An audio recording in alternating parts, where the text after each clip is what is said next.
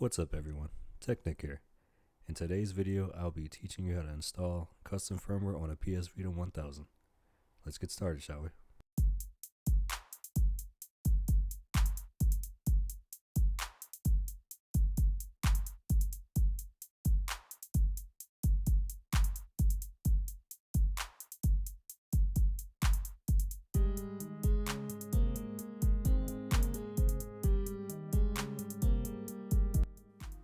In the past, everything in the picture that I've shown was required to install custom firmware on a PS Vita. That is actually not the case anymore, especially when it comes to the 1000. All you actually need now, well, I say this sparingly, all you need is the system itself. That being said, later on, you will still need one of the three at the bottom to download additional things after the process is complete.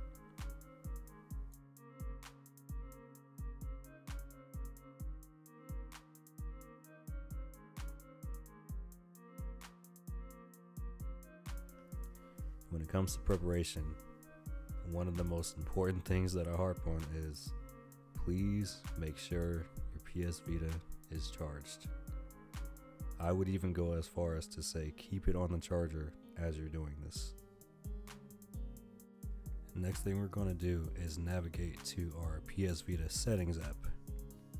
We want to check what firmware we're on. For the purpose of this video, we will be updating to the latest firmware. I repeat, we will be updating to the latest firmware. As you can see in my system information, I am on firmware 3.60. Now in the settings app, what we're going to do is navigate to our screen timeout settings.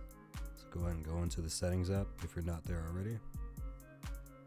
And then we're going to scroll all the way down till you get to power save settings. Once there, go to the first option and then click on after 30 minutes.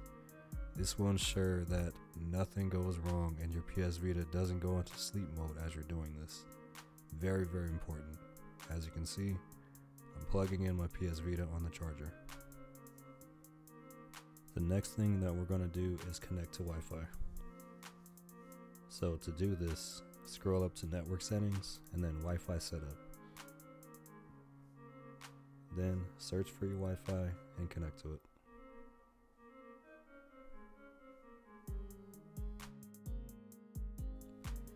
Now that we're connected to Wi-Fi, we're going to back out again, and then scroll up once and go to system update, and then go to update using Wi-Fi. It's going to update your PS Vita to version 3.74. That is the current official firmware out right now. Go ahead and go to next. Press yes on the system. Will close all applications in use.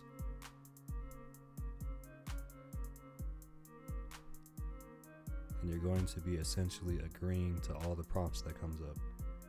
So scroll all the way down.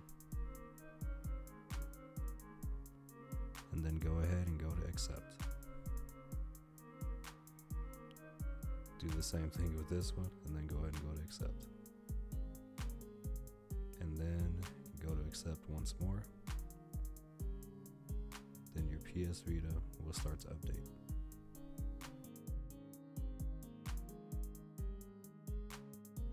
Now that the update's complete, let's go ahead and check the firmware.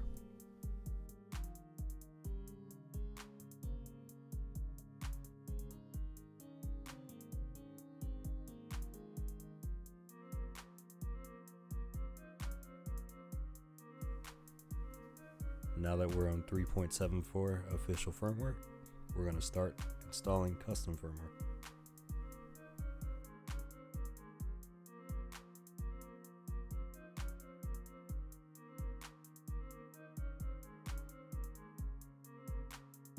Now that everything is set up and ready, we're going to be navigating to the internet browser application, which is just called browser. After we go into the application, we'll be navigating to a website.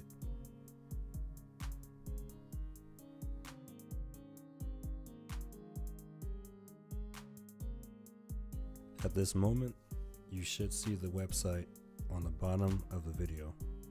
It's going to be http://jailbreak.psp2.dev. I always personally thought it was cool that when they do these kinds of websites for the PS Vita, they refer to it as the PSP2, because honestly, that's exactly what it is.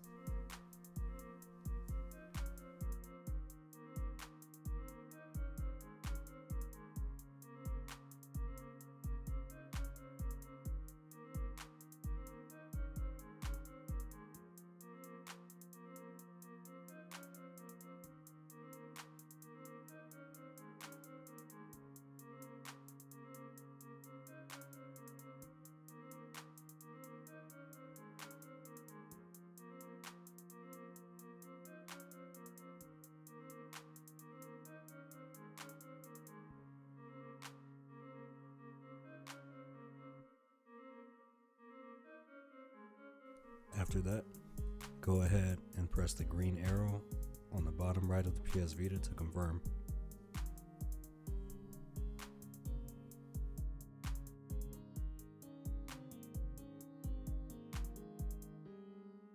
This will bring us to the YifanLu, a PlayStation Vita jailbreak website. What we're going to be doing is navigating to the Unlock My PS Vita button.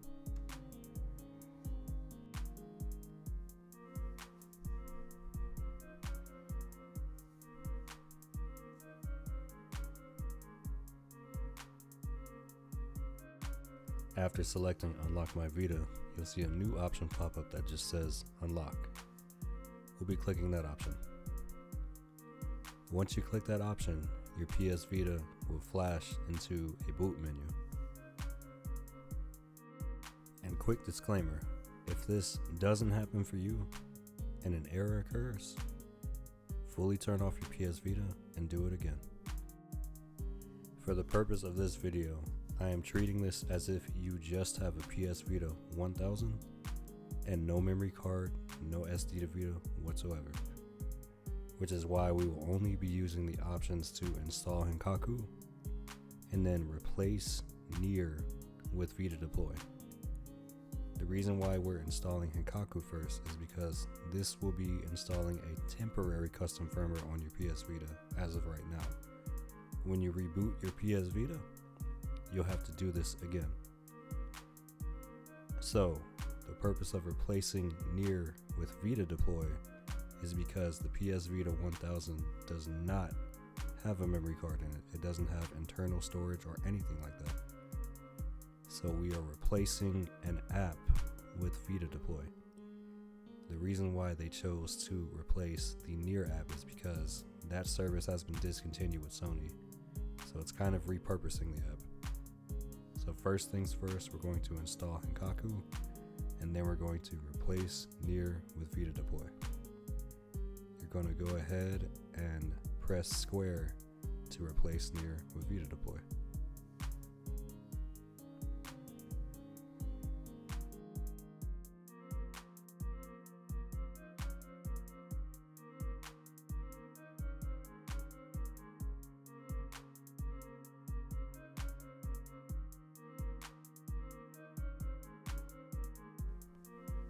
After this is all done, your PS Vita is going to reboot. Now remember what I said from the beginning. When your PS Vita does reboot, whenever it turns off and turns back on, because you're in a temporary custom firmware state, you do have to essentially rehack your PS Vita every single time. For now anyway. Now that our PS Vita is rebooted, we're going to navigate to the settings, because I want to show you that we're still on official firmware 3.74. So I'm going to navigate down to my system and then system information. As you can see, I'm on firmware 3.74. Now we're going to navigate to our new application, which is Vita Deploy. For the purpose of this video, I'm going to show you what the two options do. So we're going to see the option to install and then the option to open Vita Deploy. As you can see, the option to open Vita Deploy doesn't work, so we're going to have to choose install. This will bring us back to the website to install temporary custom firmware on our PS Vita. So we're going to go ahead and go to unlock my Vita again, and then unlock. After this, we're just going to go to install Henkaku to install temporary custom firmware again.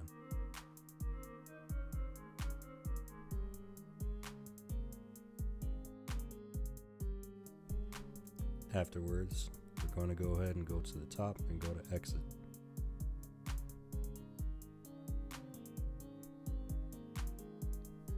Now we can go into our settings app. Once we go into our settings, we're going to see a few new options. You're going to see something called Henkaku settings now. A couple things to note: all three of those options at the top need to be checked at all times when you're running custom firmware. When it comes to the spoofed version, your spoof version will always be the official firmware that is current to today.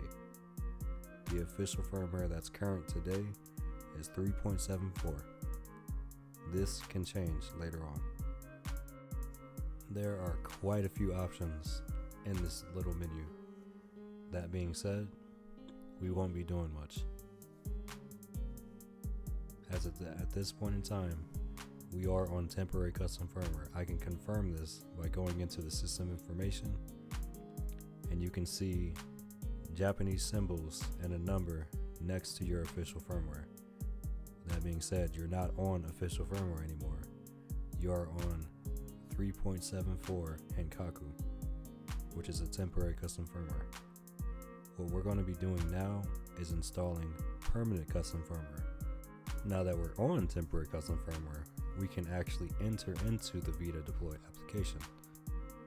And this is what we're going to be using to install permanent custom firmware. So we do have a few other options. The only option that we'll be selecting is install a different OS, and then we're going to be selecting Quick 3.65 install. For all my OG subscribers, we know about the motoharu application, which was used to downgrade your PS Vita, and we also know about the Enzo application, which was used to install permanent custom firmware on your PS Vita. What the Vita Deploy app does is it simplifies everything and puts all those different applications into kind of a one-stop shop.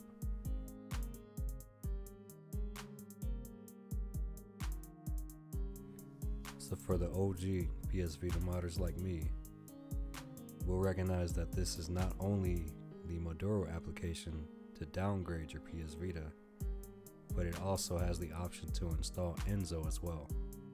Regardless of if you're using a Japanese PS Vita or any other kind of PS Vita, the reason why I say that is because on a Japanese PS Vita, the cross or X button and the circle buttons functions are switched.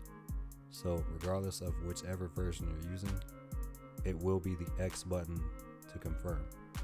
So it's saying, do you want to downgrade your PS Vita from firmware 3.74 to firmware 3.65? Press X to confirm or R to exit. We're going to be pressing X to confirm. And it says, this software will make permanent modifications to your Vita. If anything goes wrong, I promise you it won't. There is no recovery, not even with a hardware flasher. The creators provide this tool as is, without warranty of any kind, express or implied, and cannot be held liable after this is done. So, you can press X to accept these terms of service or R to reboot. If you press X, the installation will commence. What is currently happening now is a custom version of version 3.65 is being installed on your PS Vita. What this version entails is you having permanent custom firmware. That being said, I even say the word permanent lightly because there is still a way to completely uninstall custom firmware on your PS Vita. The name permanent comes from when you turn off your PS Vita and turn it back on, it will be in custom firmware once it boots up again. That being said, after this process is done, some of you may notice that if you replaced your near application with Vita Deploy, that application is no longer there. All you would have to do is go into the website that I will put on the screen again, go back into the Bootstrap menu, and then replace near with Vita Deploy. And you'll be able to use the content downloader and all that afterwards. That being said, after this process is done, your PS Vita will be running custom firmware.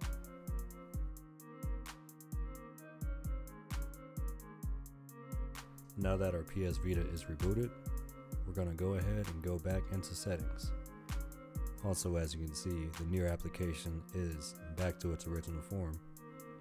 Let's go ahead and go into settings. And then once you go into settings, you're going to see that Henkaku settings are immediately available. We're going to go ahead and go into Henkaku settings now, because now we're on permanent custom firmware. Go ahead and go into spoof version, change that to 3.74. And at this point in time, your PS Vita is now running permanent custom firmware. The purpose of me making this video was just to show you how easy it is to install custom firmware on your PS Vita now than it was before. You can even watch my previous videos on how to actually do this in the past, and it got pretty creative. That being said, shout out to Vita.Hacks.guide for always providing wonderful tutorials and wonderful step-by-step guides when it came to installing custom firmware on your PS Vita. I really do appreciate y'all even throughout the years, because me installing custom firmware on my PS Vita has gotten me through so much. I even remember I was deployed to Afghanistan when I was in the army at the time, and the PS Vita was one of those systems that just kept me at bay even after mission, and it was just amazing to use. And that being said, I still use it to this day. And secondly, thank you to all the viewers watching this video. I can definitely tell you that there are more videos to come in the very near future. That being said, this is how to hack your PS Vita 1000 in 2026. And that also being said, you can kind of apply this video to all the other models, but I still will be making separate videos for those models as well, because I want to get into the semantics of every single system and dive into everything that this amazing handheld has to offer. So, this is TechNick. Thank you for watching, and I'll see y'all in the next video.